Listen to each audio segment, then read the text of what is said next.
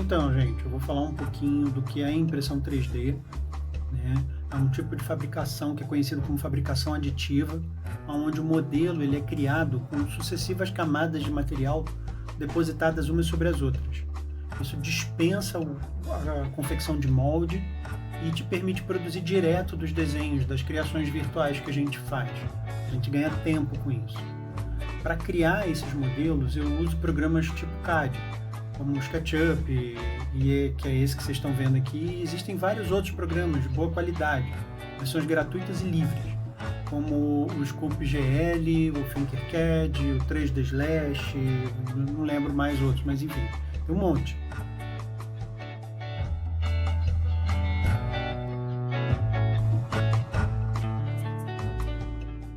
E o tempo passou e a gente já experimentou o boneco em campo algumas vezes.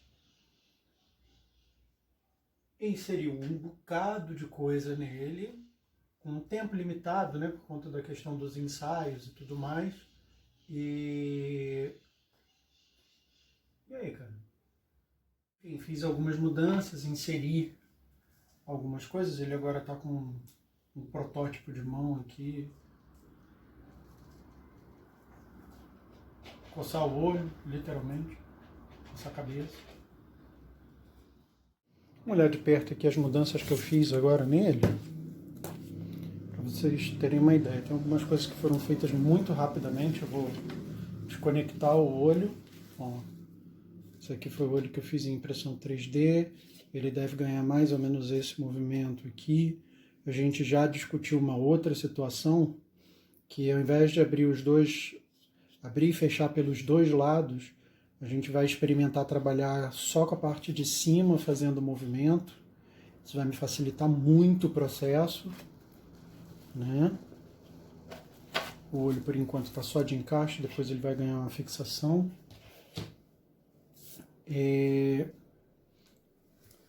A primeira grande mudança são essas tiras elásticas que estão aqui, e para garantir essa postura, né?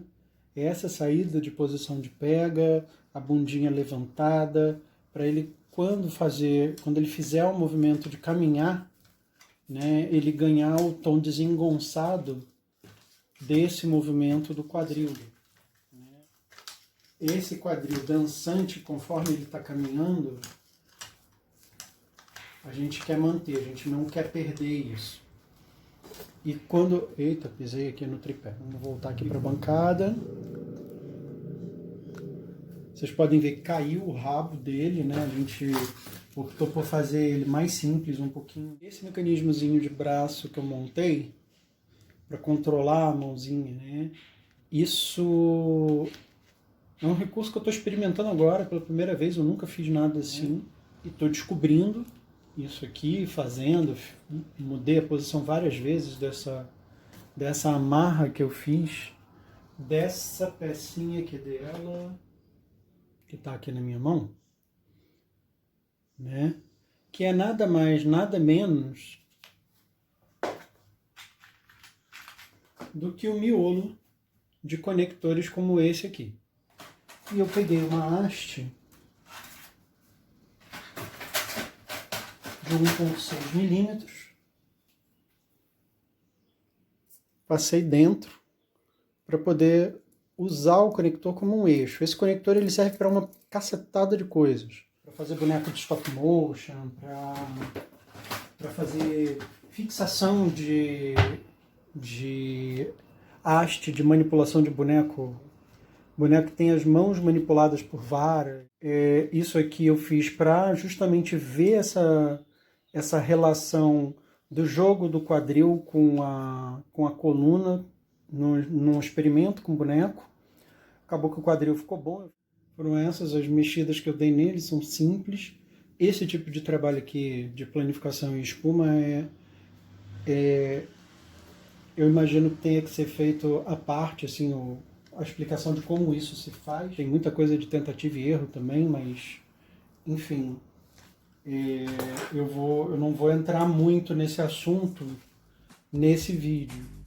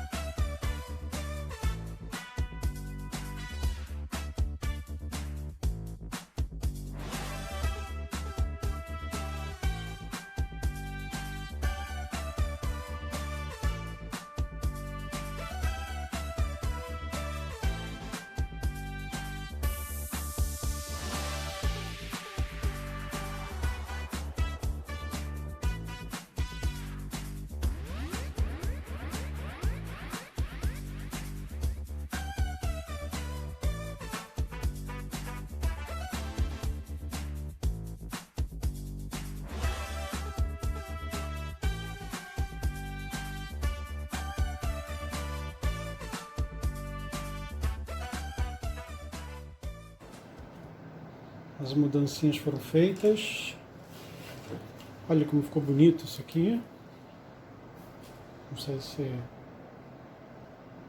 vai dar para ver bonitinho, mas quando a gente gira o punho dele para um lado e para o outro, a peça muda de posição, tá vendo? Tive que inventar um eixozinho bem bacana. Aproveitei outra peça daquelas de conector, né, aqui no punho. Isso aqui é um preparado que eu fiz com chumbo de pesca e arame martelado para poder ficar alinhadinho, né, a montagem da palma da mão. A palma da mão está com 2 placas de papel couro coladas uma na outra. Aqui são os parafusos que seguram esses caras aqui. E ficou bonitinho, funcionou isso aqui do bracinho. Como ele tá, o joguinho de quadrinho ainda está rolando, ele está operando super bem. Eu precisei fazer isso para esse vão que eu fiz aqui na lateral, né? Eu precisei fazer para garantir que as torções que ele vai fazer com o corpo, a movimentação dele, né, natural de jogar para um lado, jogar para o outro, projetar, voltar, né? Toda essa mobilidade dele, da coluna que eu fiz para ele, né, é que garante a expressividade dele, né? Então eu preciso deixar a coluna trabalhar mais do que o torso, né, do que a caixa torácica, mais do que o quadril. O quadril trabalha, né, junto com a coluna, mas mais do que o quadril pode ser mais fixo, a caixa torácica pode ser mais fixa, né, mas o boneco em si, nesse caso, nesse tipo de estrutura que eu trabalho, o boneco em si só está vivo por causa da coluna. E fora outras questões, né, essa brincadeira que eu faço com esses tendões de elástico e tal, bababá, tudo isso é para garantir para o boneco que ele se movimente praticamente sozinho, e que os pêndulos do boneco aconteçam naturalmente, né? Mais para frente eu devo planejar aí mais algumas aulas falando a respeito disso também, mas a princípio todo o processo de confecção de boneco, ele deve ser feito vislumbrando o jogo entre o manipulador e o boneco. Não é o manipulador que manipula o boneco, mas é um conjunto do manipulador com o boneco. E é isso que eu estou fazendo aqui. O tempo inteiro eu estou experimentando o boneco, eu estou levando o boneco para campo, eu estou experimentando o boneco nas ações que estão sendo propostas pela direção, e a coisa está fluindo, né? Vamos ver no que dá esse resultado aí, mas até agora eu estou curtindo bastante a brincadeira. Opa, mais um vídeo que eu estou refazendo. Eu reduzi essa área aqui do quadril do boneco, né? Fiz um recorte mais curto para garantir esse giro com essa pecinha aqui puxada para trás, sem que nada trave esse jogo, esse movimento aqui da perna do boneco, né? Isso aqui é um detalhe da perna do boneco.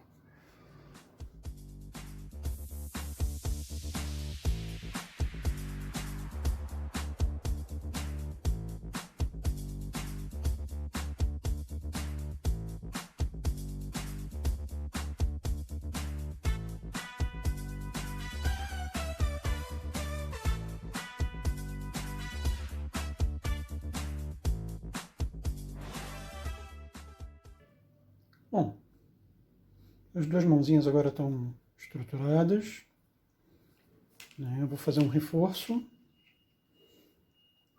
passar um tecidinho e aplicar cola de acrilato para garantir a posição de tudo na mãozinha.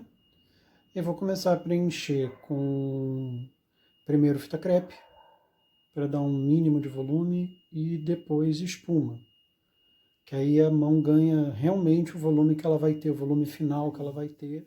É uma espuma como essa aqui. Ela tem uma bitola super fininha, né? Ela é bem flexível, ela estica bem. Eu vou fazer tiras dessa espuma e vou enrolar na base que eu vou fazer com fita crepe, em cima dessas estruturas que estão aqui. Mas antes eu vou reforçar essa área onde estão os furos, só para garantir.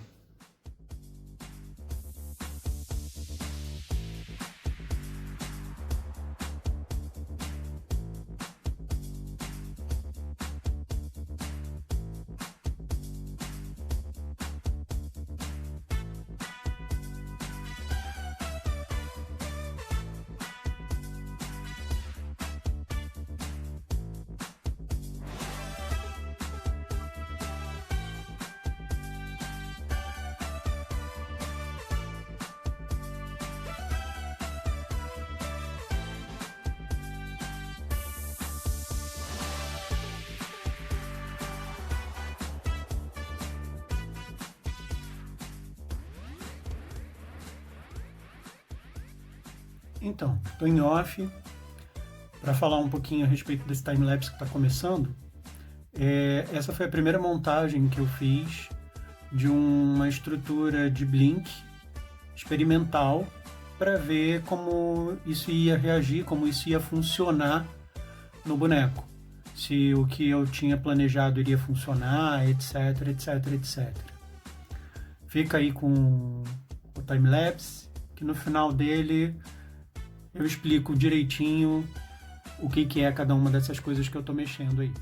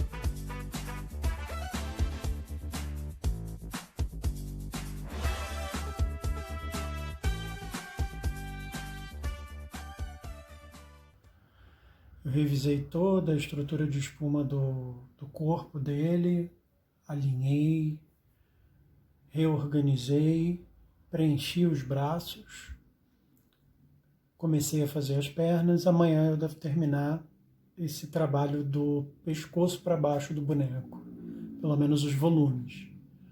Estou terminando de desenhar agora o mecanismo de olho, fazer os últimos ajustes, os últimos testes a partir do teste que já está nele ali. Tira de elástico, tubo de teflon para guiar a puxada. Aqui eu estou com um gatilho improvisado, que eu devo fazer um gatilho decente aqui.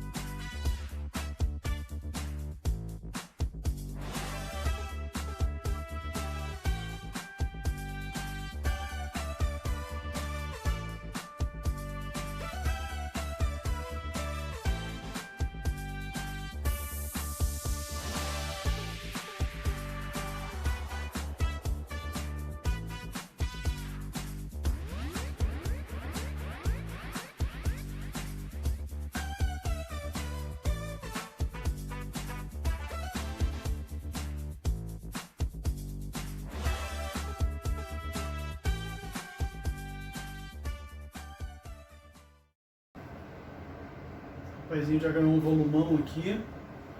O fim dele já está quase todo no esqueminha. Muita coisa eu precisei fazer. A principal foi nessas relações das curvaturas do boneco. Eu tive que estabelecer uma linha, refazer a parte interna da coluna. Não sei se vocês lembram, mas o boneco tinha uns elásticos que ficavam aqui, saindo do ombro para o quadril. O que eu fiz foi aproximar as tensões desse elástico daquilo que acontece na nossa anatomia, que a gente tem um triângulo de músculos, né, que liga a parte do meio, mais ou menos, logo abaixo da região torácica da coluna, né, até a região lombar, abrindo, né, e isso garante a estabilidade da região do quadril do nosso corpo em relação ao ombro.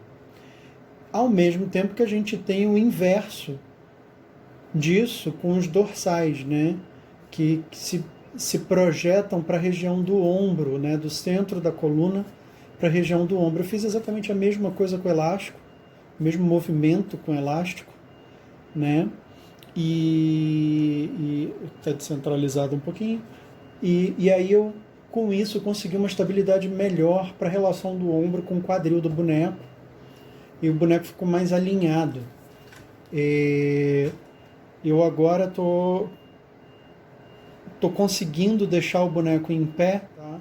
A espuma ajuda, mas se eu não tivesse esse cruzado dentro com o elástico, o boneco poderia jogar o quadril à frente ainda e perder essa linha e dobrar o joelho, fazer isso aqui, ó.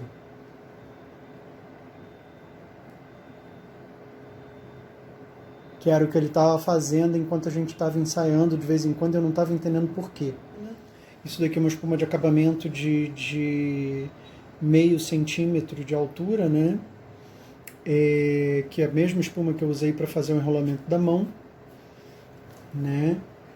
Eu uso muito a espuma de densidade 23 para trabalhar, porque eu gosto de deixar os meus bonecos leves e muito maleáveis. Então eu não gosto de trabalhar com espuma espessa. Geralmente tem muita gente que trabalha com espuma de 2 centímetros, né, de espessura. Eu não sou muito fã disso, só fiz o quadril com essa espessura, o resto do corpo inteiro eu trabalhei com espuma de 10 milímetros, né? E se eu pudesse, eu trabalharia com a espuma de meio centímetro, de 5 milímetros.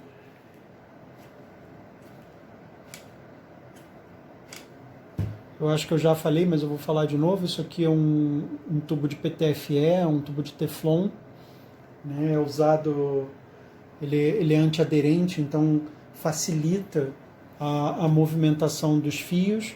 Esse fio que eu uso é um cabo de aço de pesca com resistência de 100 libras, né? É um fio bem resistente, ele substitui o fio de nylon. E o barato dele é que ele não estica, justamente porque é um cabo de aço, né? Então não corre o risco do mecanismo ficar frouxo. É mais fácil a gente quebrar o mecanismo do que o mecanismo ficar frouxo.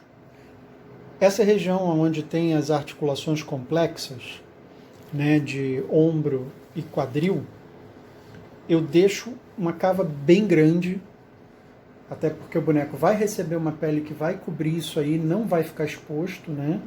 Mas eu deixo uma cava bem grande, que é para garantir a liberdade do movimento. São essas articulações complexas que garantem boa parte da expressividade do boneco, né? Ele está cortado, deixa eu aproximar um pouquinho, mas o ombro, por exemplo, ele tem que poder jogar para múltiplas direções. É diferente desse tipo de articulação do cotovelo, do joelho, que é como se fosse uma dobradiça, né? Ela praticamente vira em uma única direção, apesar de que isso é uma grande mentira, na minha opinião, mas ela poderia ser substituída por uma dobradiça. As articulações de ombro e quadril, não.